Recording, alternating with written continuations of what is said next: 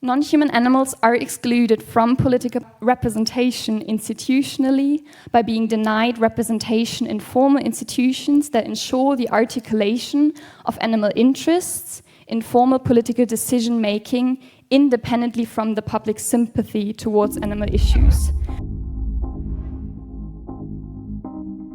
Thank you so much for that really beautiful introduction.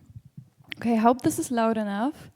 I prepared today the presentation, a call for political representation of non-human animals from the perspective of political theory. And like already said, I'm Sara Alli, I'm from Hamburg. I'm really excited to be here, and today we're going to talk about what is the current debate in political theory, what is missing in this debate, at least in my impression, and why the final question, why do non-human animals need to participate in their own political representation?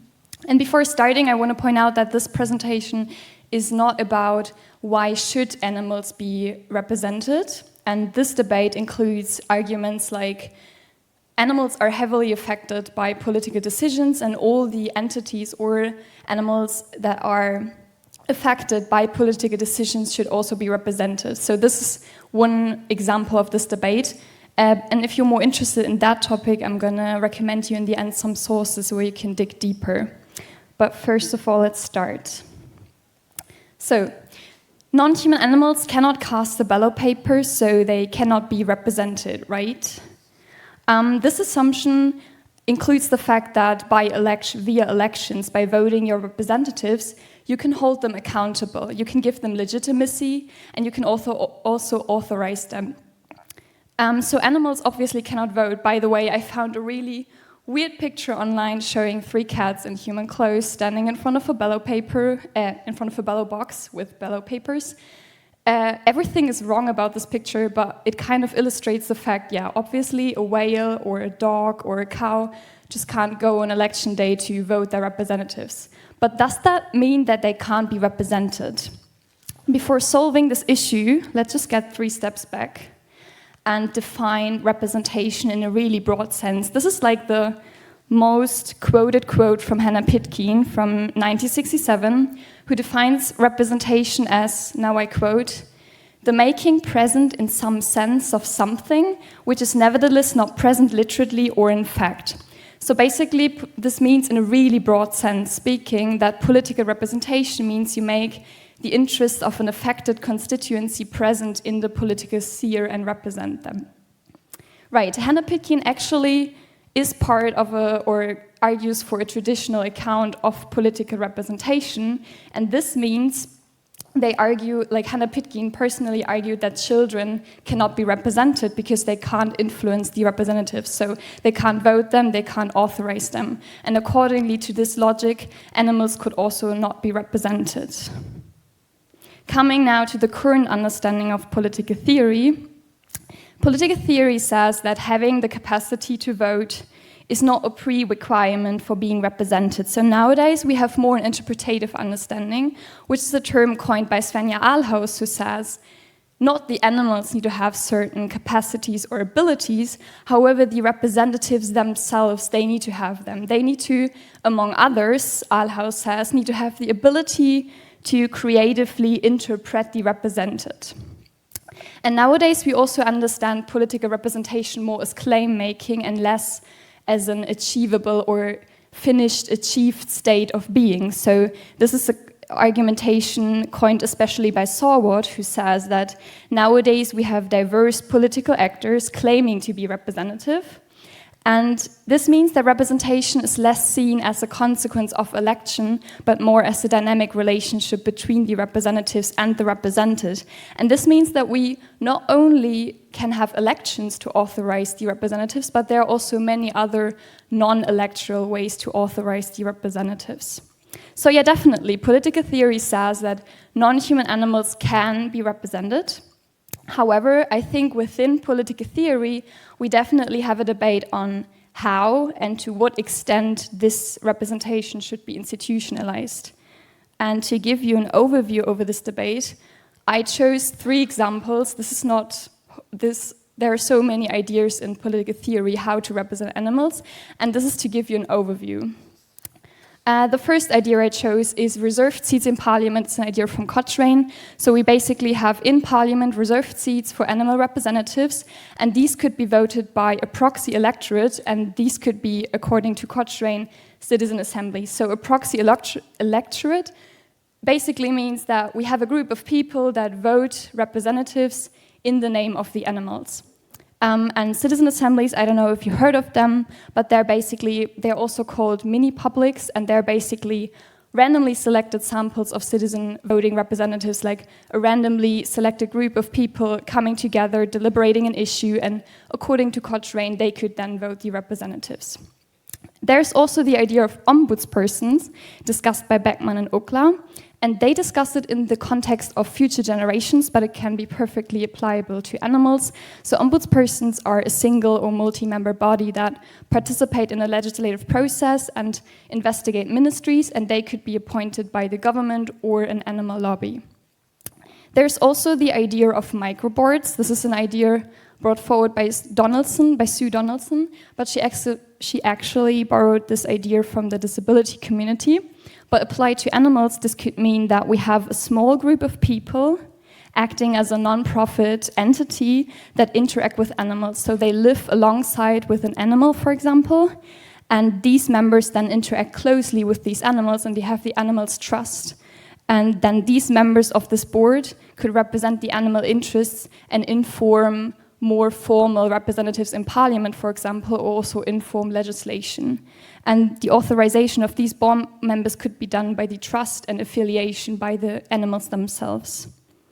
So yeah, this was just to give you an overview over the debate, and tomorrow actually I'm going to support Thomas Heked with the workshop Reforming Democracy for Animals, and in that workshop we'll have more time to dig deeper also into more institutional proposals within political theory and discuss them more deeply.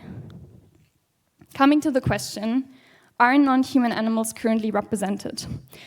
I'm really interested in what you think about this, but I'm going to say to you right now what I think about it.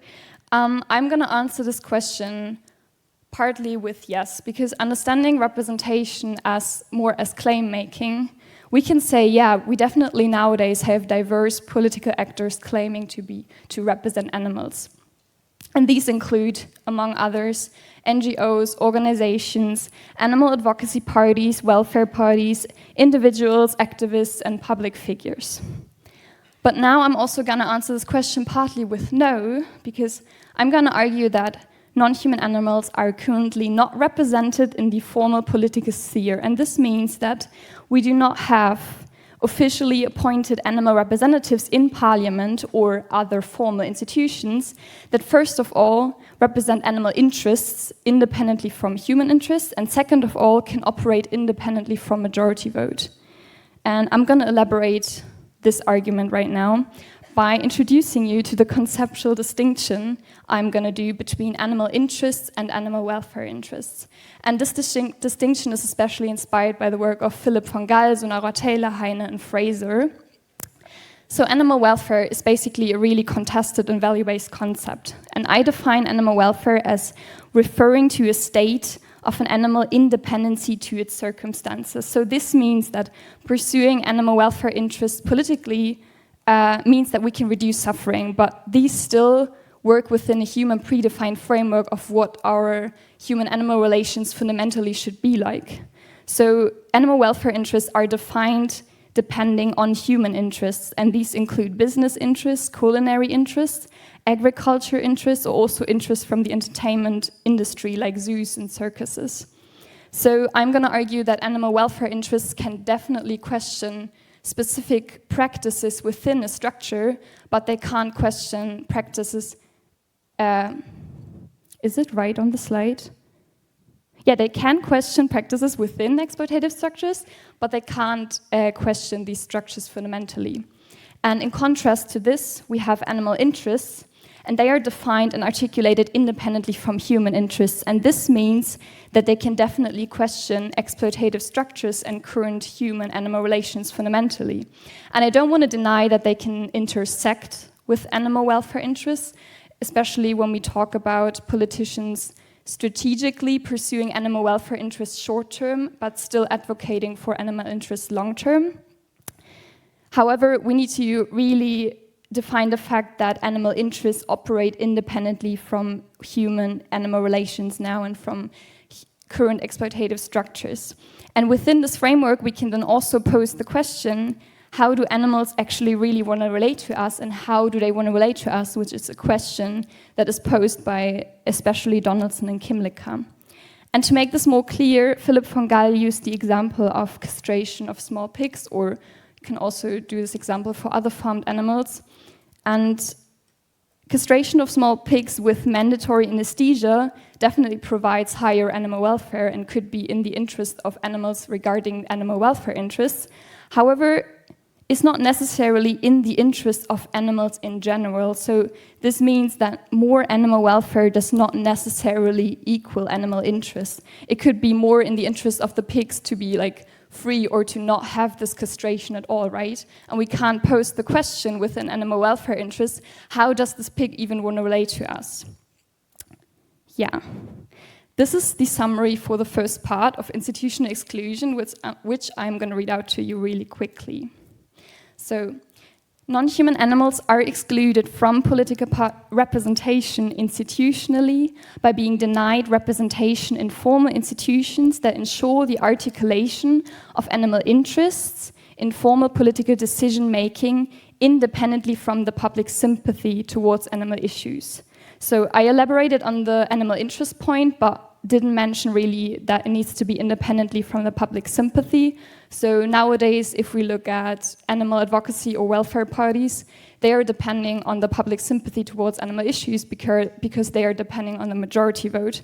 So if we really want to establish animal representation that can operate independently from human interests, we also need to establish institutions that are operating and existing independently from majority vote and independently from the public sympathy towards animal issues. And now I'm going to argue that this institutional exclusion also has an epistemic dimension. And before doing this, I'm going to take a quick sip of water and start my timer again. Okay, epistemic is also a really academic word, so political theory is really full of academic words, so if you have any question, just feel free to ask me after the presentation, because academic people tend to forget how they speak. What does epistemic mean? So, the Oxford Dictionary defines epistemic as everything related to knowledge, and I could talk a lot more about what epistemic is, but this will satisfy the purpose here. So if I mention the term epistemic, it's just something related to knowledge, and it's about who is recognized as a knower or whose knowledge is not recognized in our society. And similarly to Meyer and Donaldson, I'm going to argue that animals are not only excluded formally from political structures, however, they are epistemically silenced since their knowledge is not recognized as valuable within our society. So let me elaborate on this. My first argument is that human knowledge is severely epistemically constrained. There's this concept called epistemological anthropocentrism, also a really long word, coined by Tyler and Meyer. And this concept says that humans actually determine what knowledge is, that all knowledge stems from a human perspective, and that animal knowledge is actually not considered valuable within our dominant system of knowledge and also knowledge production. And Meyer has done in her book, I think it's called When Animals Speak Towards an Interspecies Democracy, an extensive inquiry into what does this actually mean in praxis in our research. And she has revealed that doing research on animal agency, language, and knowledge means that humans are used often in this research as a standard measure. So humans define what is meaningful communication instead of, Meyer argues, we should actually learn what language is in interaction with animals. So this heavily influences the outcome of research and also our knowledge that we have about animal agency and language. Apart from the fact that I haven't even mentioned until now, we also have other ethical concerns with our current research on animals, including the fact that they are often in laboratories, they are confined, and all the stuff we all know about that also heavily influences the outcome of our knowledge about animals. This means now for the representation issue that the exclusion of animals from politics is not only institutional, but also epistemic, has an epistemic dimension because everyone involved in animal representation, everyone involved in establishing animal representation is shaped by centuries of having done and still doing anthropocentric research. And having this in mind, we need to address the question, how can we really ensure the representation of non-human animal interests, and how can we actually diminish the impact of these epistemic concerns? But before talking about this, I have a part 2 of epistemic concerns, and I'm going to argue that non-human animal knowledge and epistemic agency is not recognized. So the political theorists, Maya and Donaldson and also Kimlicka, they argue that animals can communicate to us in a more embodied way. So I'm going to embed now their theoretical thinking into the framework of Ahmadine Katala, and I'm going to argue that animals have embodied and effective epistemic agency. So let me elaborate on this. Ahmadine Katala is a theorist, and she has established a pluralist account of knowledge and epistemic agency. And she argues that knowledge from people with severe intellectual disabilities are not recognized because a propositional account of epistemic agency prevails. So first of all, what is epistemic agency? So epistemic agency is basically the articulation of knowledge. So Katala defines epistemic agency as the ability, now I quote, the ability to produce, convey, or use knowledge. What is propositional epistemic agency then? Propositional epistemic agency means that you convey your knowledge in the form of explicit propositions or statements while being conscious of what you're doing by having like this conceptual understanding of what propositions are. And Katala now argues that propositional epistemic agency is just one form of conveying knowledge. It is unfortunately dominant in our society, but there are many other forms of how you can communicate your knowledge, including, among others, embodied epistemic agency. This means that your knowledge stems from a body that is like socially positioned in the society, and this experience this society through this body in a specific way. And you could convey this knowledge by using your body, by moving your body in a certain way. And there's also effective knowledge complementing this, which means that you have emotions and effects, and your knowledge arises from having these emotions, and you can, by showing these emotions, you can also convey knowledge to others. So I'm going to argue that animals have this embodied and effective way of communicating to us. So they obviously cannot sit in parliament having like a verbal human language discursive discussion about what their political futures could look like, but we can interact with non-human animals in a more embodied way. Like they can voice their interests and preferences and perspectives to us by using their body and by using their emotions. And this means now for the representation issue that establishing animal representation is not solely about establishing representatives formally. It is also about the debate on how to include animal knowledge. It is about how can we actually consider their various ways of communicating to us. And it's about even how can we shape the relationship between the representatives and the represented. Oh no, it's not the final question yet. Coming to the summary of epistemic exclusion, which I'm also going to read out to you. Epistemically constrained knowledge about animal agencies and languages may shape the work of animal representatives. Non-human animals are excluded epistemically by perpetuating human epistemic superiority and disregarding animal knowledge, and their ability to convey knowledge and interests in the informal spheres of politics. Ultimately, it prevents a debate on how to enable political participation of animals. Coming to the final question of this presentation, why do non-human animals need to participate in their own political representation? So I argue that the impact of all of these concerns, of all of these epistemic concerns we've talked about so far, could be diminished by involving animals in their own representation.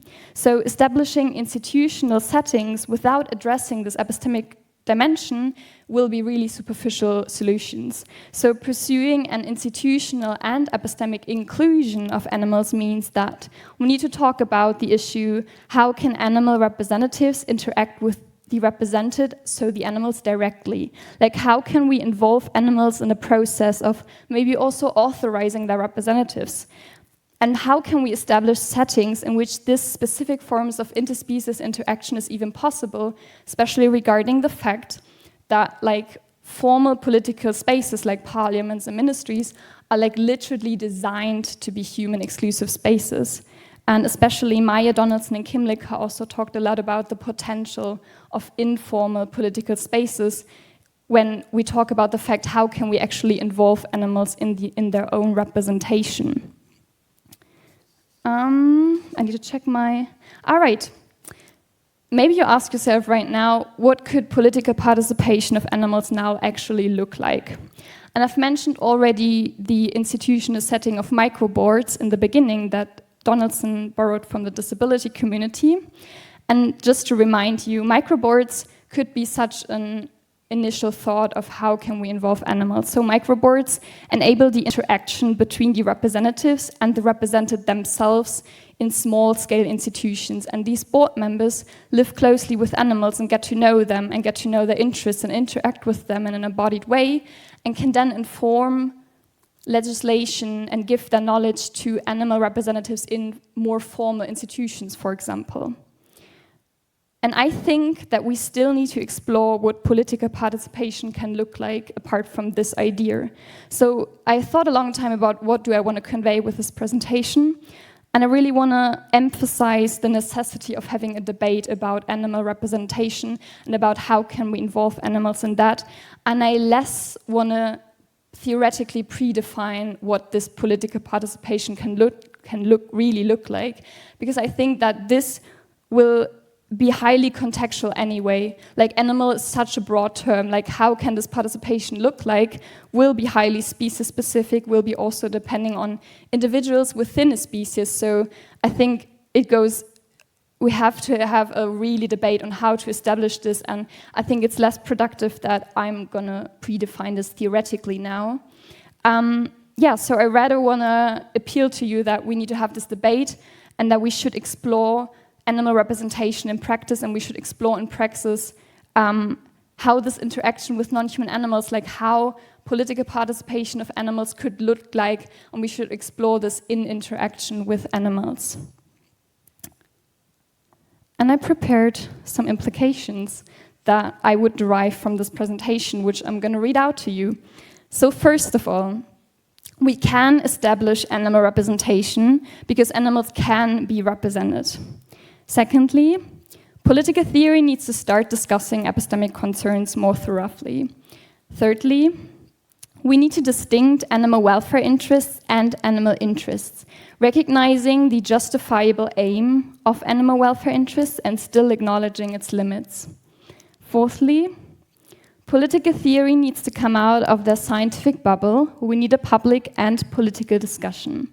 And last but not least, we can establish slim institutional frameworks first and commit to address epistemic concerns long term. I think all these implications stand for themselves, but I just quickly want to elaborate on the last one, what I mean with that. So saying that, I mean that establishing animal representation will be not perfect.